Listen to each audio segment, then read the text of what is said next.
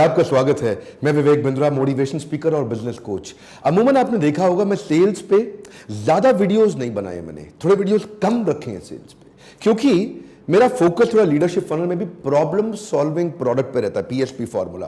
मैं वो PSP formula पे फोकस इसलिए करता हूं क्योंकि दुनिया के सारे बड़े अच्छे ब्रांड्स जो जमीन से शुरू होकर ऊपर तक गए हैं, फर्श से अर्श तक, ये वो हैं जो प्रॉब्लम सॉल्व करने वाले प्रोडक्ट को तैयार कर देते हैं, सेल्स अपने आप बढ़ जाती है। बहरहाल आज का टॉपिक मैं लूंगा कि वो चार क्या कारण है जिनकी वजह से आप सेल्स में या तो असफल हो गए हैं या बड़ी सफलता हासिल नहीं कर पाए। चाहे आप किसी भी प्रकार की सेल्स कर रहे हैं, आप B2B सेल्स कर रहे हैं, B2C कर रहे हैं या B2B2C कर रहे हैं, इन पे मैं वीडियो पहले भी बना चुका हूं, या आप डायरेक्ट सेलिंग कर रहे हैं या मल्टी लेवल मार्केटिंग की सेल्स कर रहे हैं, या हो सकता है कि आप इंटरनेट बेस्ड डिजिटल मार्केटिंग से भी सेल्स कर रहे हो।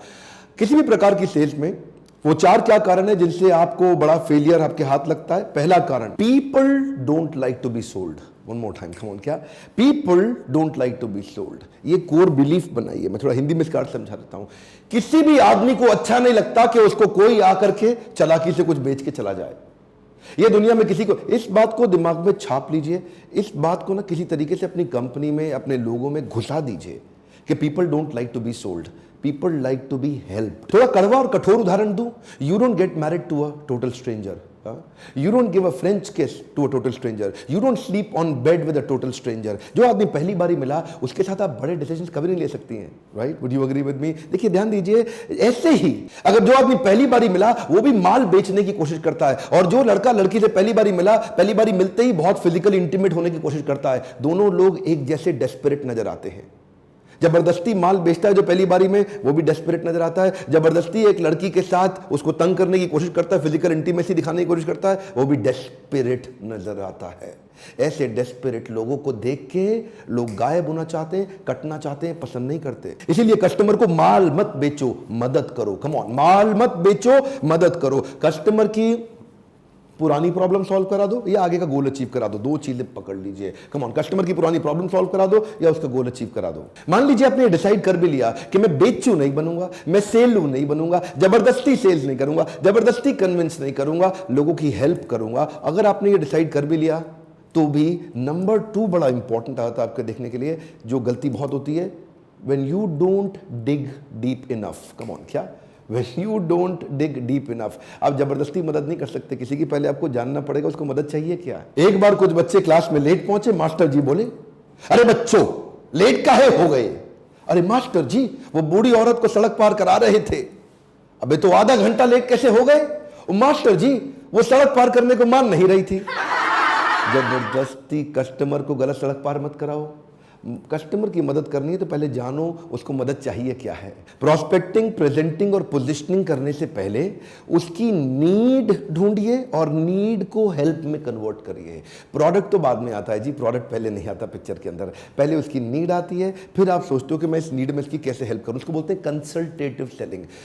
कंसल्टेटिव सेलिंग का मतलब क्या? पहले कंसल्ट करोगे सामने वाले, सबसे पहले कुछ चर्चा करोगे, समझोगे उसको चाहिए क्या है, उसके बाद। तो पहला स्टेप क्या था? People don't like to be sold. दूसरा स्टेप क्या है? You did not dig deep enough. इसमें आपने उसका नीड भी जान लिया, उसका वांट भी जान लिया, उसका गोल भी जान लिया, उसका प्रॉब्लम भी जान लिया। अब आप प्रोडक्ट देने की जैसी कोशिश करेंगे। तीसरे स्टेप में ध्यान दीजिए, कहीं गलती ना हो जाए। इसको बोलते हैं आइडेंटिफाई और KDM। KDM का मतलब क्या है? की डिसीजन मेकर। जिसको आप माल बेच रहे हैं उसके पास डिसीजन लेने की एबिलिटी है भी कि नहीं है। कई बार you are talking to a wrong person. आप गलत आदमी के साथ दीवार पे धक्का लगा रहे हैं। दीवार पे धक्का नहीं लगाते, दरवाजे पे लगाते। देखिए, 5 तरह के लोग होते हैं जो आपका माल खरीदते हैं। पहला होता है इनिशिएटर, दूसरा इन्फ्लुएंसर, तीसरा डिसाइडर, ये डिसीजन लेता है, और चौथा बायर, ये खरीद के आता है, पांचवा कंज्यूमर, जो बाद में यूज करता है उस प्रोडक्ट को। अब 5 प्रकार के लोगों में आप टारगेट किसको कर रहे हैं और आपके बिजनेस में किसको टारगेट करना जरूरी है। मान लीजिए आपका कंज्यूमर बहुत ही छोटा बच्चा है तो बच्चे को टारगेट मत करिए, डिसाइडर को, बायर को, इनको टारगेट करिए, क्योंकि ये लोग आपका माल खरीदेंगे। अब एक कॉर्पोरेट के अंदर B2B में परचेज मैनेजर आपका बायर है, लेकिन ना तो वो इन्फ्लुएंसर है ना वो डिसाइडर है। डिसाइडर उनका बॉस है जो ऊपर से उनको बताता है काम करने के लिए। ऐसे ही आप अपना KDM, की डिसीजन मेकर ढूंढिए। जिसको भी आप माल बेच रहे हैं, जिस कंपनी में माल बेचते हो उस कंपनी का ऑर्गेनाइजेशन स्ट्रक्चर को पहचानो। कई बार उस कंपनी में चेयरमैन का सेक्रेटरी, जो कि छोटी तनख्वाह पे होता है ना, चेयरमैन का सेक्रेटरी PA, वो कंपनी के वाइस प्रेसिडेंट से भी ज्यादा पावरफुल होता है। ऑर्गेनाइजेशन स्ट्रक्चर के अंदर घुसना पड़ता है, आपको कस्टमर को पहचानना पड़ता है कि इनमें डिसीजन मेकर कौन है। अरे साड़ी बेचने वाला भी जब साड़ी बेचता है ना, तो वो देखता है सास भी आई है, बहू भी आई है, ननद भी आई है, वो देखता है यहाँ चलती किसकी है।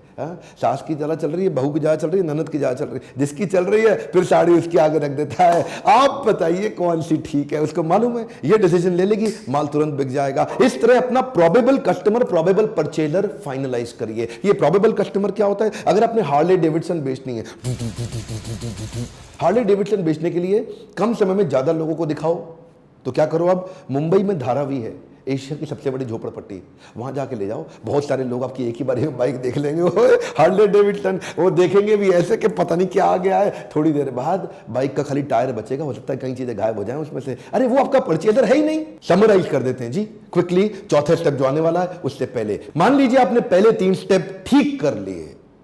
आपने सामने वाले को बेचने की जगह मदद करा, उसकी नीड एनालिसिस कर लिया, आपने गहरा खोद के समझ लिया कंसल्टेटिव अप्रोच से कि उसकी एक्चुअल जरूरत क्या थी, और डिसीजन मेकर भी मिल गया। लेकिन आपको सामने वाले के बजट का पता ही नहीं, unclear about the budget bracket. ये भी बड़ा डेंजरस है सर। कुछ लोग ऐसे होंगे, वो ना तो पैसा खर्च कर सकते हैं, ना पैसा खर्च करना चाहते हैं।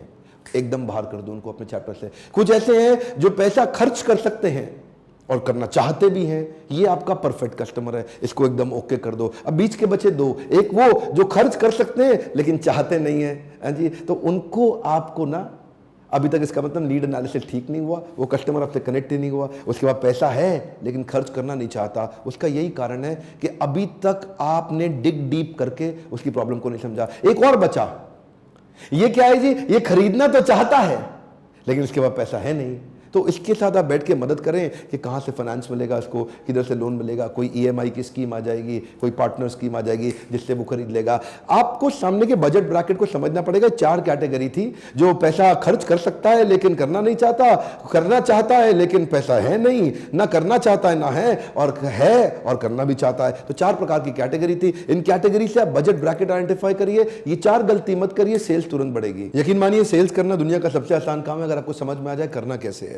क्या आपने लीडरशिप फनल की ग्रेजुएशन सेरेमनी की वीडियोस देखे थे? अगर नहीं देखे तो जरूर देखिए। अब तो कई ऐसे एंटरप्रेन्योर हैं जो ग्रेजुएट हो चुके हैं लीडरशिप फनल से। हम हजारों लॉस मेकिंग कंपनीज को प्रॉफिट मेकिंग बना चुके हैं, उनके सेल्स के मॉडल बदल चुके हैं। मैं 10 सेल्स के पावरफुल मॉडल्स एक्सप्लेन करता हूं इसी लीडरशिप फनल प्रोग्राम में। अगर फिर भी आपके बिजनेस में कोई प्रॉब्लम आ रही है तो एक काम करिए, मैं आपकी काउंसलर के साथ में फ्री कॉल का कमिटमेंट है, इसी नंबर पर फोन करिए और बोलिए मैं बिजनेस काउंसलर से बात करना चाहता हूं। आप उनको अपने बिजनेस की सारी प्रॉब्लम बताइए और समझिए कि क्या वो उसको सॉल्व कर सकते हैं, और वो आपको गाइड कर सकते हैं कि कैसे लीडरशिप फनल आपकी मदद करेगा। हमारे साथ जुड़े रहने के लिए, चैनल को सब्सक्राइब करने और करवाने के लिए, कमेंट बॉक्स में नीचे कमेंट लिख के हर बार की तरह अपनी प्रॉब्लम्स को बताने के लिए, वीडियो को लाइक करके हमारा उत्साह बढ़ाने के लिए, अपने फैमिली परिवार सदस्यों में शेयर